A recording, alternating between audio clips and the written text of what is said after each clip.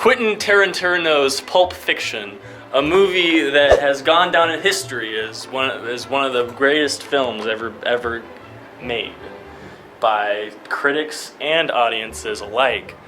Don't believe me? Check it up on IMDb. It's a fact of life. Color and has less money in it.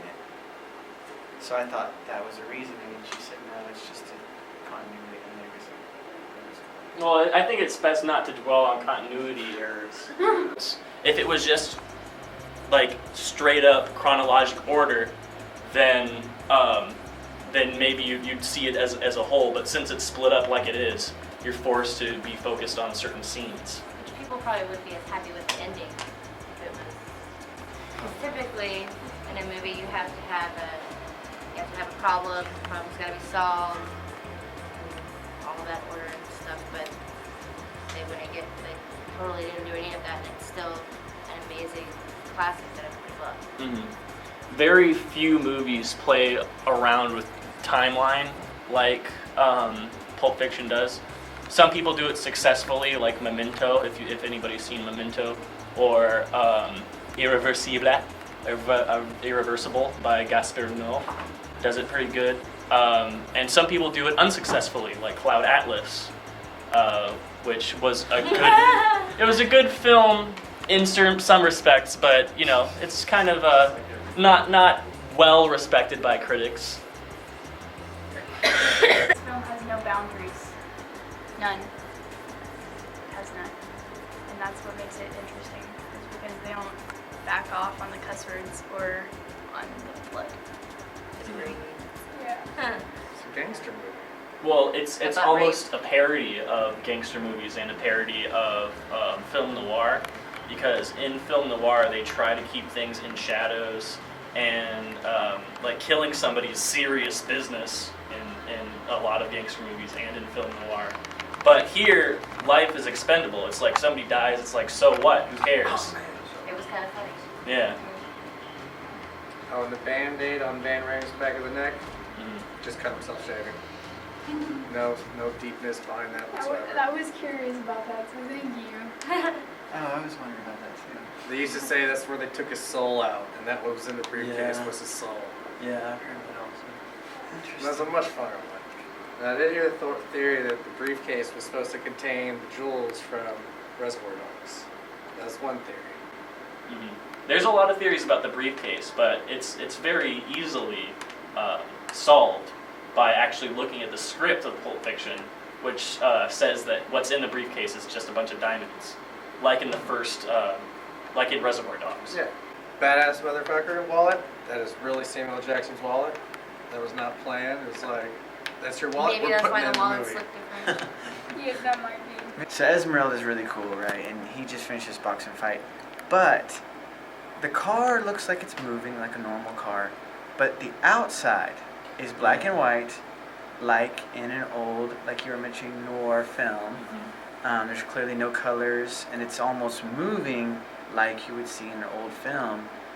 And I don't know what you guys' thoughts are on that. I like old movies, and I just... Classic. Did this bug anybody? This has always bugged me about this movie. Whenever Uma Thurman's like, "Don't be a square," and goes out Like and She you draws a rectangle. A rectangle, Oh, yeah. yeah. Like that has always bugged me about this movie. Nothing else really does, really. I like everything It's just for no reason. Gangster. It feels to the whole entertainment of what we Americans like. It Like, it has a pretty much nostalgia for everybody. factor, definitely. The whole soundtrack is like 50s and 60s. Mm-hmm. So It's a lot of like beach Cool, the gang. Yeah, like Beach Surfing. Boys, and there's also it's really interesting because I think that the reason why this movie stood the test of time like it has is because it takes influences from 70s blaxploitation and 40s gangster films and just all these different influences. I don't know what that is. Is that something? Pretty serious racist comments, if not a racist film. There's Django or whatever. Well, no, But Jules didn't get mad at all. It didn't seem racist at all. It's just what they called each other. I think that was with the No Limits What- thing.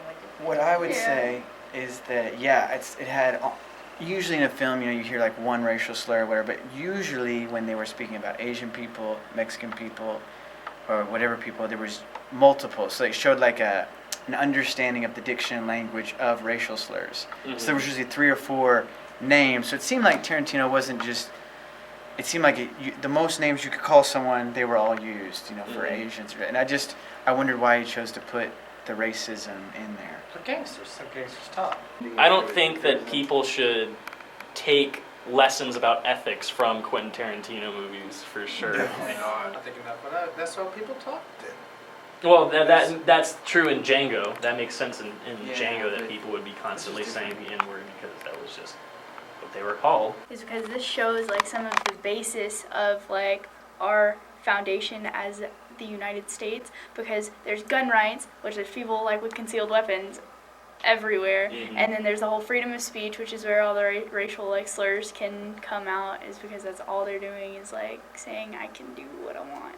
And And it's showing the negative sides of that too, because people get accidentally shot in the face in this movie. Yeah.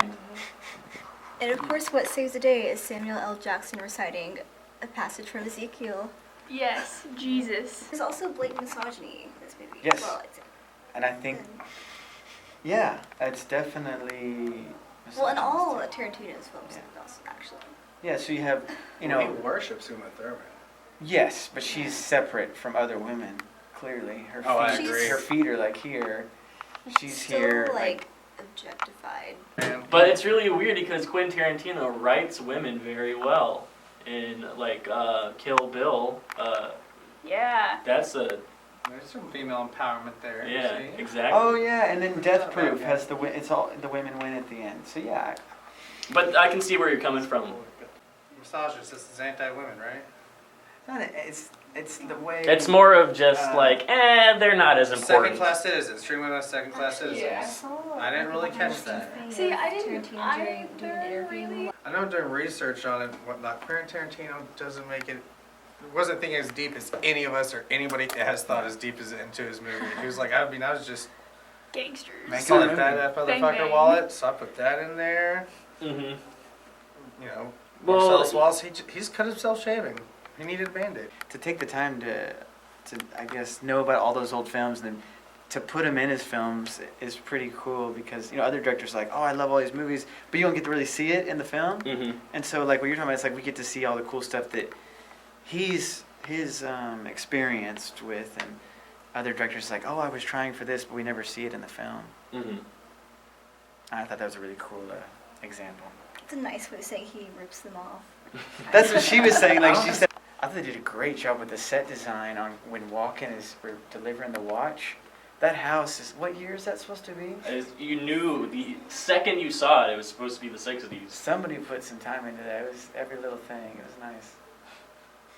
It was nice. Or it was just like somebody's grandma's house. One thing I noticed is like you were saying about the people getting killed wasn't such a big deal. Mm-hmm. He seems to emphasize some of the smaller subtle things that don't really matter to the story as opposed to the big ones. Like for instance when they trying to get off of the road and they just killed the guy in the back of the seat.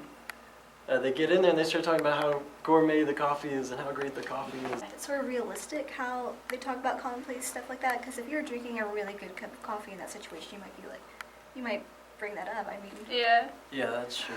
Especially the towel thing. I would probably bring that up if I was in the situation. Yeah, and they're assassins. They see death all the time. To them, it's just like, oh, he's dead. And a good cup of coffee.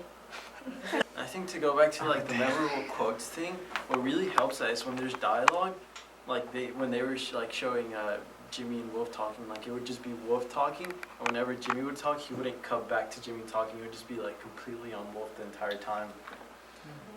Yeah, it really like helps you like just see like the character, like just really appreciate the character. Whenever I saw Jimmy, I don't know, it was kind of really awkward because it's like, it's Tarantino, and everyone's like, yeah, you're great. He is Weird very guy. awkward. Yeah, he's weird and awkward, and there's not really any other weird or awkward. You can tell And he's so stiff too. When he was like just N-word after N-word, he was just like, and then he's just like, And he's yelling at them. He's yelling at them, but he's not being angry. Yeah. He's like, I need you to get out of my house with this dead body. I would be mad. I would be like, you cannot just come to my house with a dead person and then I have a wife. Like, I'd be angry, and he I did not figured his seem composure angry. was because like he had just woken up, so he wasn't all into it. He was still drinking his coffee. Michael Madsen's his character is apparently John Travolta's brother in Reservoir Dogs. So it's kind of like a sequel. It's in the same universe. It's in the same universe. There's a theory that all the Quentin Tarantino movies are in the same Yeah. universe. There's that about Disney movies too. That one's way too developed. You It's- read it, yeah, didn't it's you? super developed. Well, then we're gonna start bringing up brainwashing and Yeah. Illuminati. It's gonna get all crazy in here. I think that's a video. Is that a video?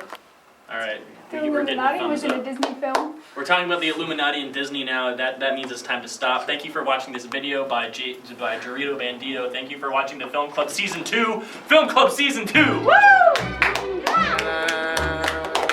Can I get a hell yeah?